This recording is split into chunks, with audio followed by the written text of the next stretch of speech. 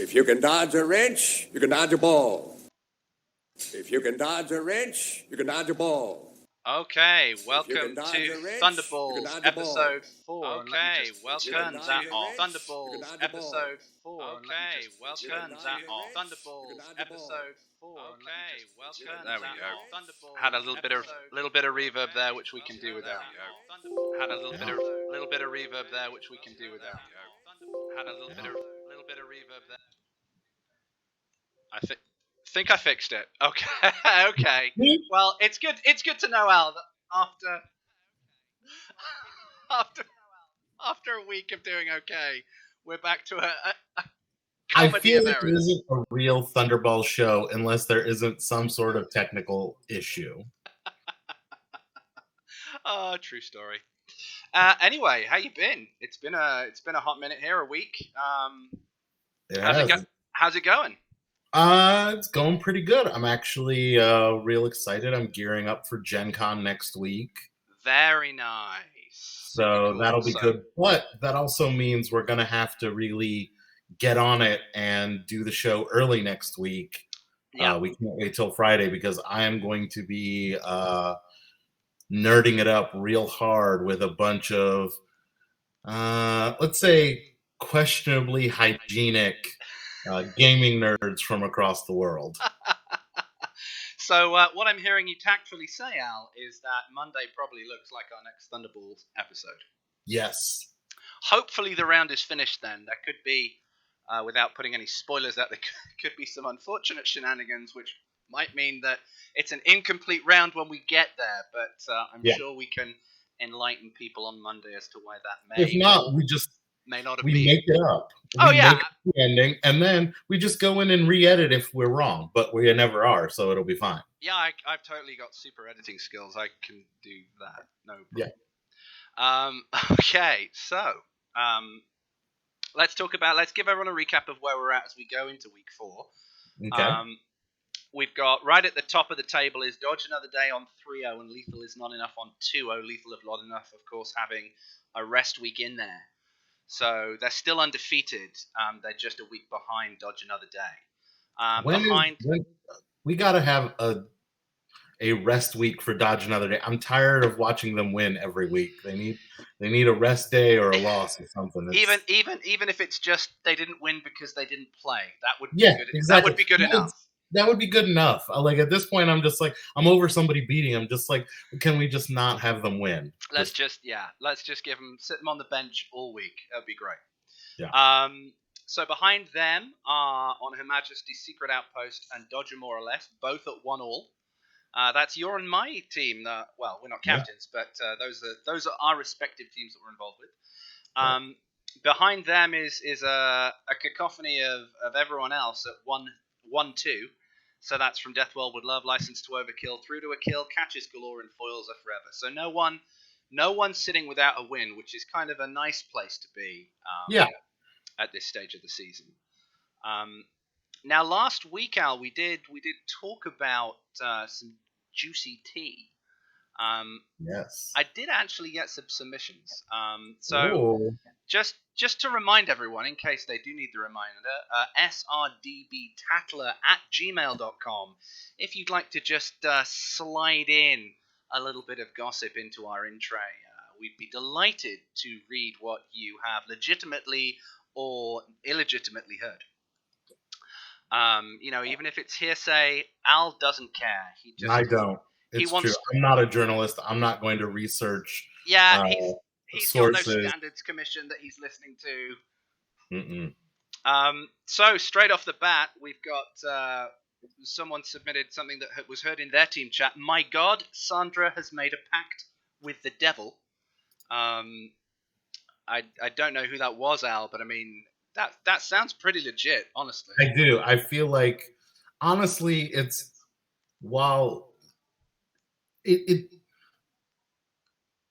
didn't surprise me that someone would say that. I feel like we all sort of secretly knew Sandra had some sort of deal with the devil long ago, so I feel like this wasn't so much news as just confirmation. Yeah, it's just it's factual commentary. It's almost a documentary, actually. Right. then we have another one. This is more of a narrative. Someone on my team thought it was a good idea while the captain was sleeping. I mean, already, Al, as this story begins, we already Yes. know this is not going to end well, right? As my Right. captain was sleeping, to leave throwing decisions to random wheel of misfortune. The initial spin of the wheel was between 3 potential throwers, and of course, led to a caught throw. Of course. I mean, they probably won't be doing that again, will they? Or maybe that's the sort of team when the captain's asleep, anything goes. I mean, who knows?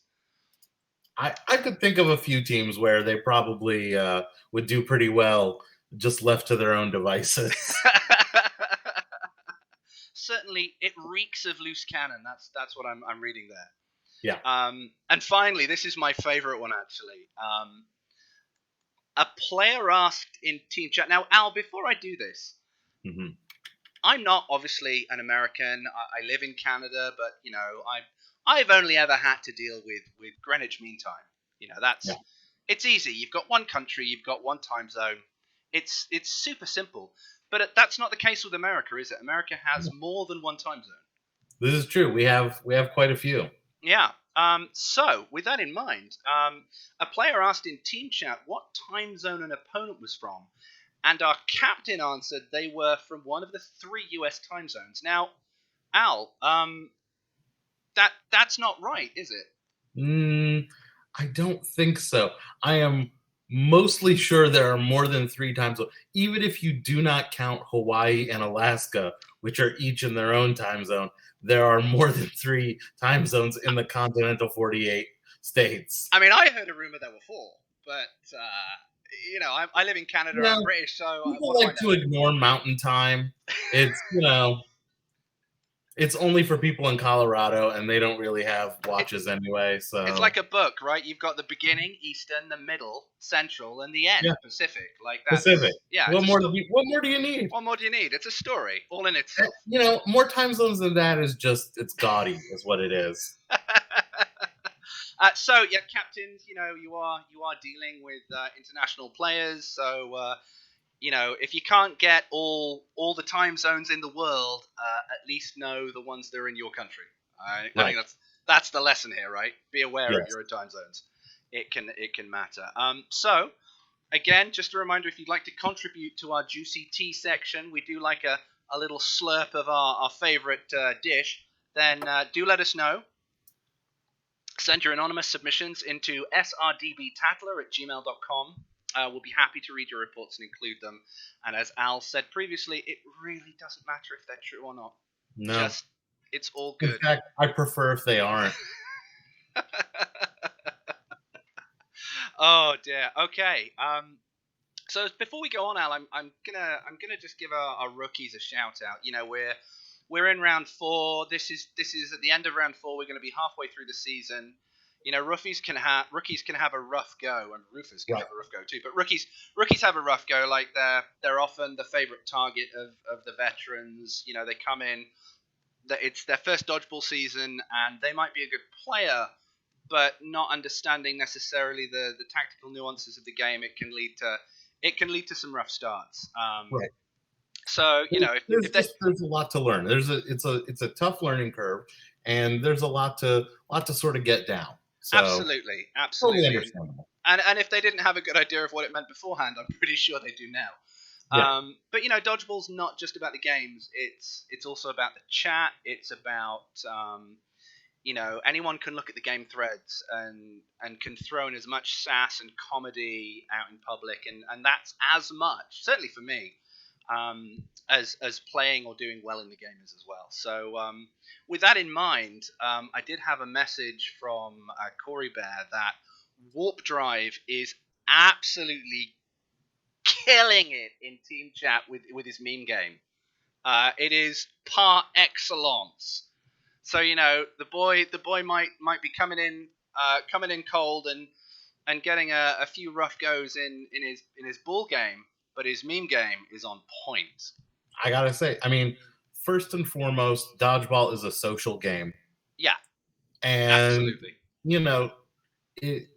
I think that is excellent. I would say that is more important than on-court performance as off-court performance. I mean, I don't think I would be drafted nearly as high if it weren't for my strong gift game.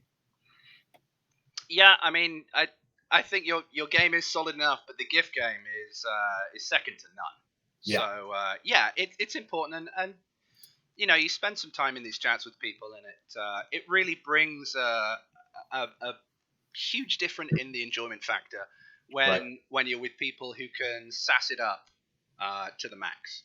Exactly. So no, this is absolute shout out to the rookies. You are doing it right, and I hope you're all enjoying it.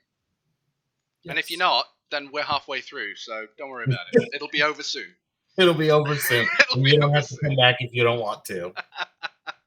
So on to this week's matches. We've got game one is Lethal is Not Enough with Darklighter as captain against License to Overkill Aldurin. Darklighter, him and his team going in 100% record so far, so that'll be an interesting game. We've got Dodger More or Less going against From Death World We Love, so that's Captain Ninja against Captain Civics. Then we're on to Dodge Another Day, Corey Bear against On Her Majesty's Secret Outpost. Al, I think you're keenly interested in the result of that. That's my team. And then finally, we're going to end with Through to a Kill Vorizori against Catches Galore Yarboa. Foils are Forever Thestral's team taking a bench this week and sitting out their bye week. So on to game one. Now Lethal is Not Enough started this game winning 5 of the 7 races. Now that's usually quite a good precursor. That is a dominant start. And I know you are a big fan of looking at race statistics for players. Yes. So yeah, that's an awesome start. Ball control is so important. Now Darklighter, he signals his intent at the start of this game, windmilling 3 throws at Patriarch and Bahamut. Finally getting his targets. He missed 3 times, but he finally got his guys. It just goes to show that sometimes, perseverance and persistence is important in dodgeball. Now, huge props here to the Mystic. We've not heard much from him. He's been quite quiet. One of our rookies, our beloved rookies, but having dodged the opposing captain, he went straight for the headshot. Keen to go straight for the jugular and Aldurin. He wasn't successful, but fair play, tough go. It's always a hard game. However, while he was distracted, he did get a bit of a fishy slap from Tuna. Tuna knows not to slap. He does, and he's more than willing to take advantage of a distracted opponent. Now, Beak TG Girl, I don't know if that's like Carrie's a keen apiarist. She keeps bees. So, MTG Girl, is she a Beak TG? I don't know, but I know Beak is the beekeeper term. So, anyway, Beak TG Girl, she likes it or doesn't, that's fine. She almost caught Aldurin, but she couldn't quite grasp the ball. Maybe it was covered in honey, I don't know.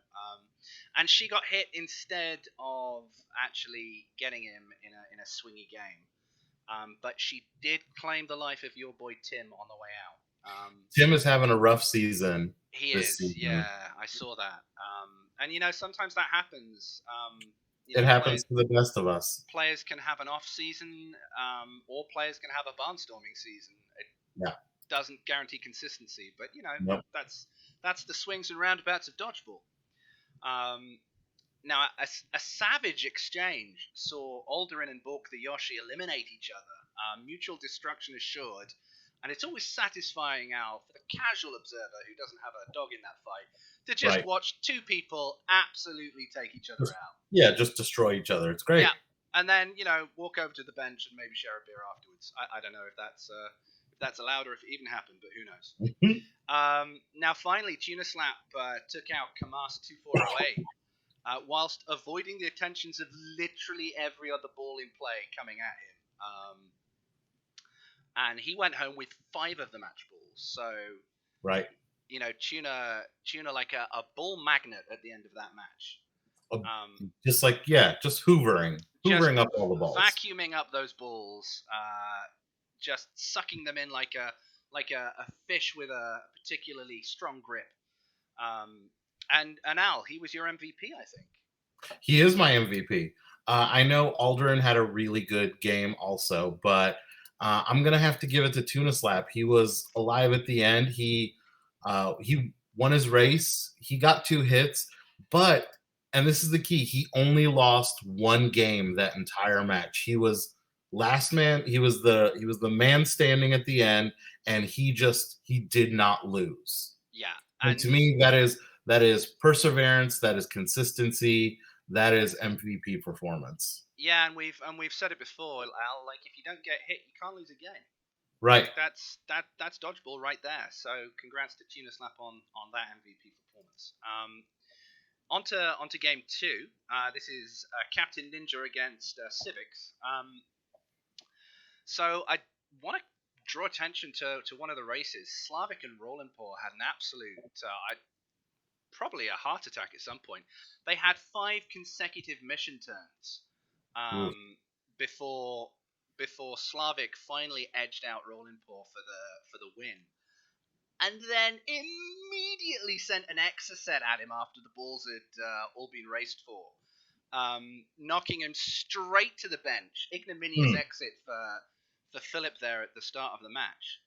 And that kind of typifies one of the things we see in dodgeball often, is that you just throw at the race partner you had. Right. I always think that's kind of boring because I like to play as many different people as possible. Yeah. But I've seen that strategy before, and I've seen that strategy work before. So Yeah, I mean, my favorite, whether I've been a captain or not, I know I did it last year with Sandra as captain, is throw at the opposing captain. You try and decapitate the team. Hit morale immediately.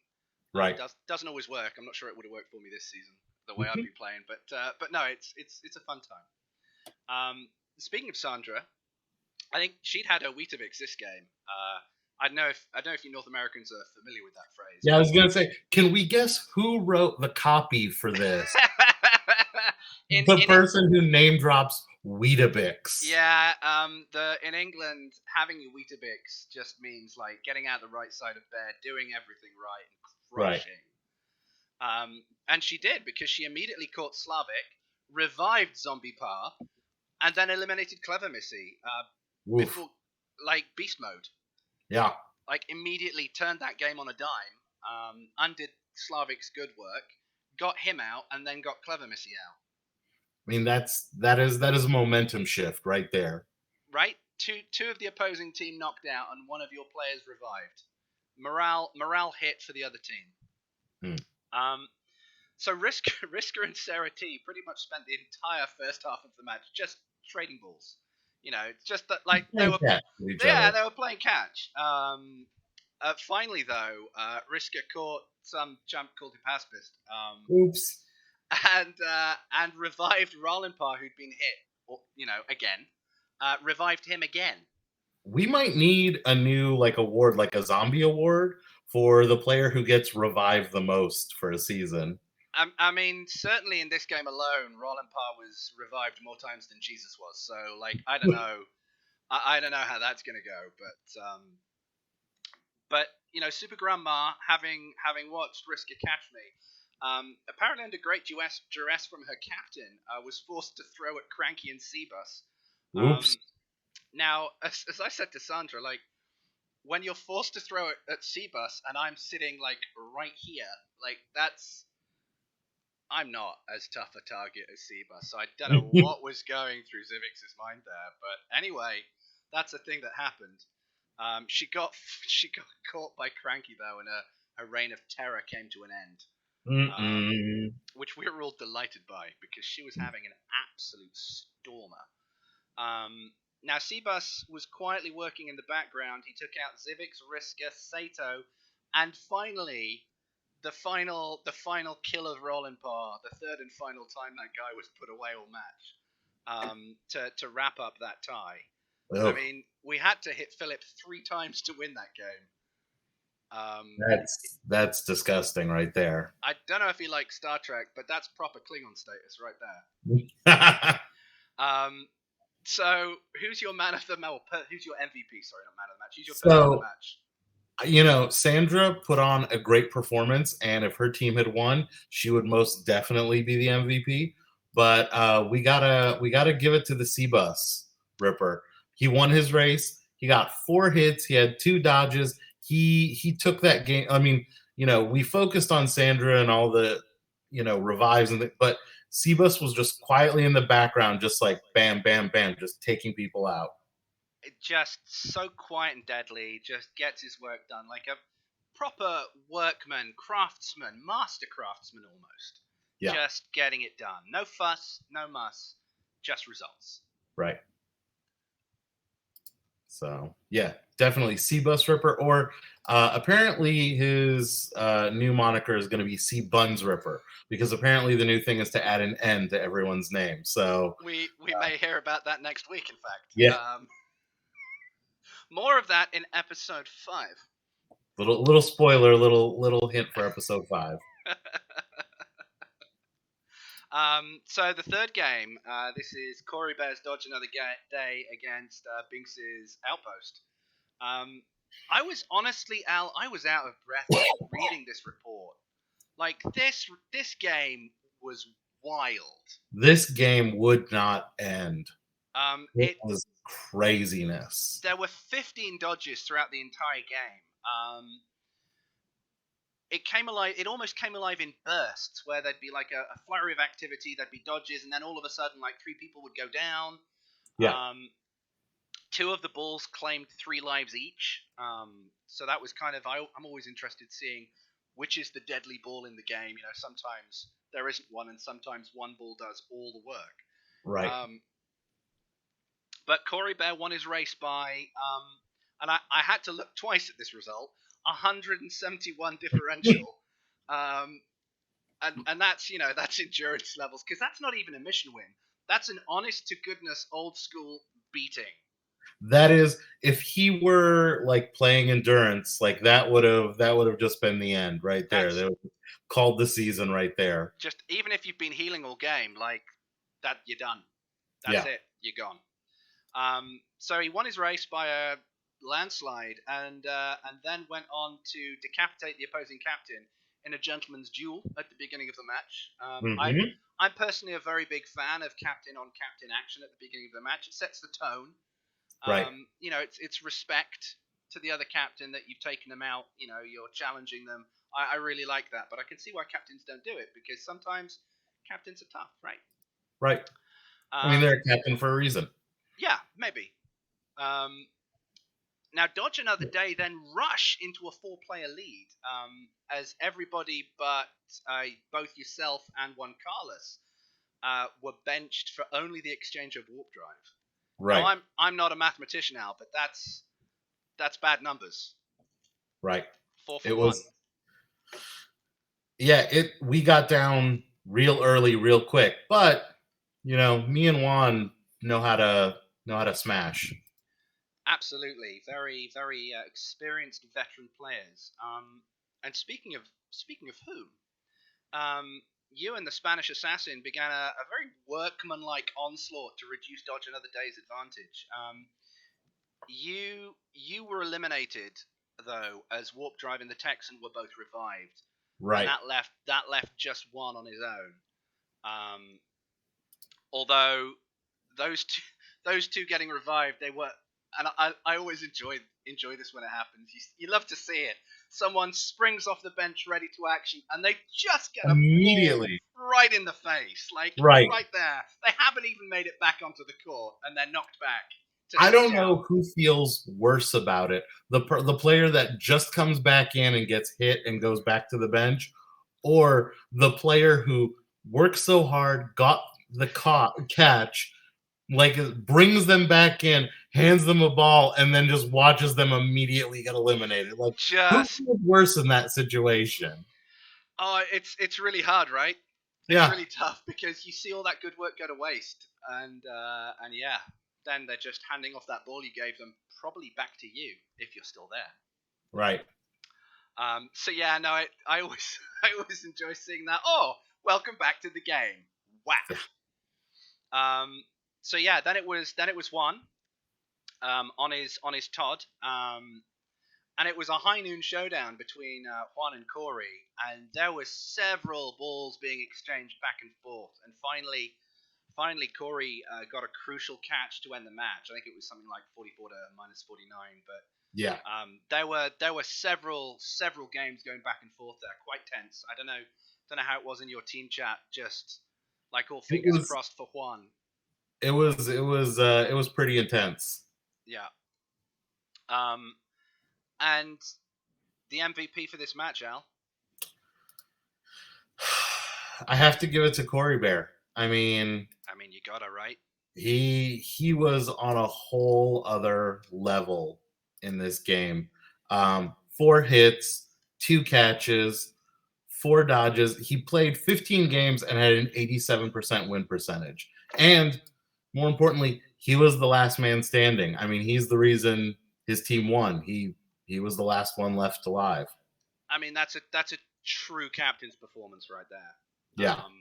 Now, one thing before we move on from this match, one thing I've noticed about this team is, there aren't many weak links at all. They're a strong team.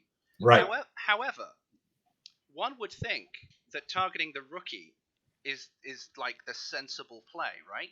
Right. But every game where Warp Drive has been targeted and knocked out first, this team's won. So, maybe that's not the play for the opposing team. So you're saying go after Kincaid first? I think Kinky could be the right call. I think that's what it's going to be. But if maybe has your team played them? We have not. No. Well, there you go. So when you guys play them, go after Kincaid first and tell me how that works out for you. Well, to be honest, I think in the true tradition of listening to my captain with liberal disregard, I'll probably just throw at Corey Bear and I'll bring out the danger ball, which I've not brought out all season, and let's see how that goes. Because the thing is, if it's the first ball of the game, if he catches me, it's not worse. No, I feel like with Danger Ball, you have a better chance of flipping a coin than you do with like winning. That the Danger Ball loves and hates with just complete indiscriminately. I can neither confirm nor deny the accuracy of that statement. And moving swiftly on to game 4. We've got through to a kill, Vorizori versus Catches Galore Yarboa. Now, the balls were split pretty closely in the races, 4-3, and Lux spent absolutely no time messing around. He immediately beheaded, again, you love to see it, an opposing captain being beheaded by Lux, as Compton P also fell, and then Polites returned the favor, taking out Vorizori. So Yarboa and Vorizori sent to Benchtown population captains immediately. We then had Jimmy G taking, I think, quite an important scalp here. Daryl's been having a really good season. Yeah. And Jimmy G just sliced him, cut him up like he was an opposing triad. And Polites began just some methodical work. Just working his way through to the kills, eliminating Simply Steph, Jimmy G, and Sturrock all in the mid game. That is a tough three games, 3-game elimination right there. Because Simply Steph, she was our MVP in week 1. Yeah. Jimmy G has been putting in great work. Sturrock has, I think we've mentioned him every week as being a candidate for the Moneyball Award. So tough row right there, and to knock out all 3, that was a great run. Yeah, and that really flipped the game to Thru's advantage, I think. Now, Stark had a zombie ball out as he was eliminated. Interestingly, targeting his mentor, Raka. And he did, in fact, complete the age-old story of Apprentice taking on his master and defeating him. Although Lux never one to miss out on an opportunity. Hit Raka as he turned for the bench. So double tap the back of his head. Ignominious exit for Raka. And this all of this left JP as the last man standing Hmm. for his side. So he sent out 3 balls. Just no messing around, just get it done. I've got 3 opponents, I've got 3 balls, get the Right. maths done. And he might have been hoping for a profitable exchange, but Catch Bella had other ideas. Striking again, and an absolute slew of revivals ensued. So Hmm. Vorizori, Yarboa, and Compton P are now all revived as JP falls. Yikes. And then this left Vorizori captain to clinch the match with an honourable captain duel. But Sabella got it done, finishing the thriller. So Sabella taking this one home. And the MVP for this match. I think you had a couple of ideas for this one, right? I did. I mean, Sabella was great with the catch, and she had a hit, and she played a really solid game. But then again, so did Politis. He won his race. He had 5 hits and 2 catches, and he was still alive at the end of it. So I was sort of torn between the two, and I thought, well, maybe just we give it to that household. They live together. They're might as well make them share the MVP. Yeah, I think that's fair. I mean, that's. And then between the two of them, we'll let them decide on who really gets it. I think we all know who really gets it if it's left down to them. Yes, but I want to see how it plays out, because that's half the fun. I think we all know how it blames it. Sorry, that was that was a fortunate spoonerism. We all know how it blames out. Yeah. And Chris very unhappy with that decision, actually. Good, then I know I'm doing something right. Doing it right, yeah, absolutely. So with all 4 games summed up, we come to the performances of the round. Now, for the performance of the round, Al, where's this one going? I have to give it to Corey Bear. I mean, his stats were nuts. 4 hits, 2 catches, 4 dodges. He, at one point, apparently touched every ball in the match. I saw that. So, yeah. The man definitely gets around. Yeah. And so I have to give it, I mean, at one point we thought we had this game, and he took it over. I have to give it to Corey Bear. Yeah, I think that's fair. Like he single-handedly won that game with his performance. It was very dominating. Yeah. And 87% win percentage. He didn't throw a catch. He didn't there was nothing bad about his game. It was just all good. No. And then the Moneyball Award. Now, just to remind people, this is new this year. The Moneyball Award going to the player whose performance for the round provided the most value compared to their draft position. Al, where do you feel this one goes this week? We had a couple really great contenders for this. And before I mention the person who does get it, I want to mention Sturrock, because this is the second time we're giving him the runner-up for value, because he had a hit and 2 dodges. He had a great round. But this week we're giving it to Riska. She's a 6th-round pick, and she won her race, got a 1 catch, 2 dodges, and 100% win percentage. She did not lose a game. Can't argue with that.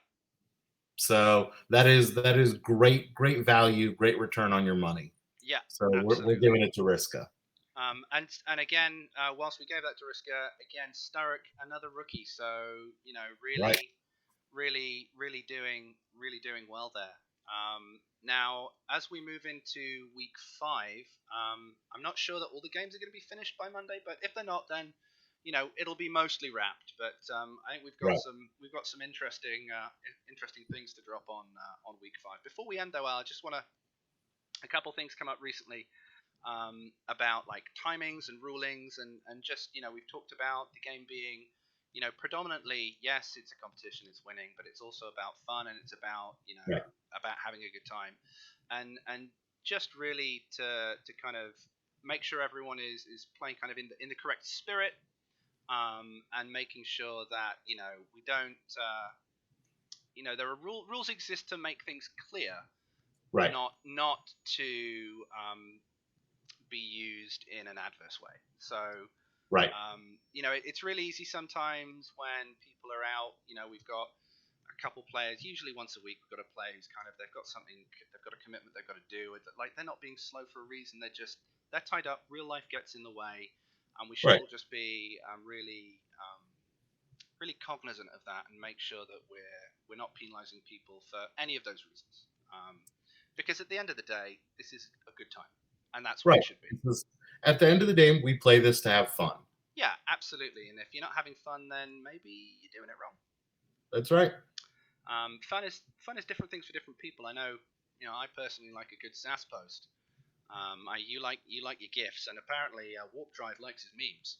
I know the Corey Bear posted one today in the I Facebook did see that. group, I did see that. and I enjoyed that thoroughly. It was very good. And also, just a quick shout out to the Ass Clown as well, because his posts are very amusing as well. I had the joy of playing against him in week 4, and he was a pleasure to play against. PC Load Letter, doing it right as far as I'm concerned. Yes, because we all like to have fun. We all like to sort of rib each other in a good-hearted manner. So as long as your heart's in the right place, and don't cross any lines, don't be mean-spirited, then it's all good, and it's plenty of fun to go around. Absolutely, and we've got 4 more weeks, although 3 in the real world because we're almost finished on week 5. But yes, yeah, it's coming to its conclusion. Should be exciting. We've got Corey's team are in the lead, but there's still plenty to play for. A couple of teams have only lost 1, so still lots in it. They just need a bad week, and it's all open again. Right, exactly. So not to totally root against Corey Bear, but I'm rooting against Corey Bear. Yeah, I got to join that bandwagon as well. Like, Corey, I love him. He's a great guy. He's a good player. But if he could just lose a game or 2, or maybe a whole match, that would we're not asking for much. Just drop a couple games. Just make it interesting. Yeah. Just keep it interesting. Keep the betting on point. No one likes a closed book. Like, right. We want some juicy gambling going on. Obviously, pretend gambling, not real gambling. That would be bad. Right. But yeah, no. So join us. We'll be back Monday, Al, because yes. you're busy at Origins. So good luck to everyone. Gen Con. Oh, sorry, Gen Con. Yes, not Origins. Good luck to everyone. Here's also hoping that I can finish my games and either get eliminated or beat the other team before Wednesday, because once Gen Con starts, I will be playing less dodgeball than Mighty Stig on any other week. And it's funny because it's true. Now, is there a Masters series, or is there a specific tournament? There will be. I will be competing in the Legends tournament for Star Realms and the Legends tournament for Hero Realms. Fantastic. So we'll see how that shakes out. Maybe a COVID riddled field will give me finally a shot at something. Yeah, because not that I should probably mention it, Al, but you are the master of finishing 9th, are you not, historically? I'm king of 9th place. Although that was before your meteoric rise to success after COVID kind of happened, because that's true. This will be the first time playing Star Realms face to face since COVID. So I think the shiny new Al might have a bit more game. It might. It also might mean that I have forgotten how to play in real life and won't even know how to shuffle the cards. However, if anyone going to Gen Con does want to brush up a bit on like the in-person tournament playing, Al has written a really great article, which I'm pretty sure you can find on Mega Hauling, right? Yes, and I should say it was supposed to be part 1 of a 2-part series. The thing is, I wrote part 1 about in-person gaming, and then COVID hit and everything got canceled, and it felt kind of gross and in your case, to write another article about in-person gaming when no one could play in person anymore. That seems fair, but it's a really good article. I think if people are going to Gen Con and they're used to the app and they're not so used to playing in person, it would be a really good read. There's a lot of things. Now, I've played quite a few Magic tournaments in my time. There's a lot of great information there that might not be immediately obvious, and some of it, sure, it might be obvious once you've read it, but it never hurts to be reminded of the good practices that can just help you, because it's really easy to fade in a long day of playing or a long 2 days of playing. Yeah. It's really easy to fade at the end of that day, or the end of the second day as well.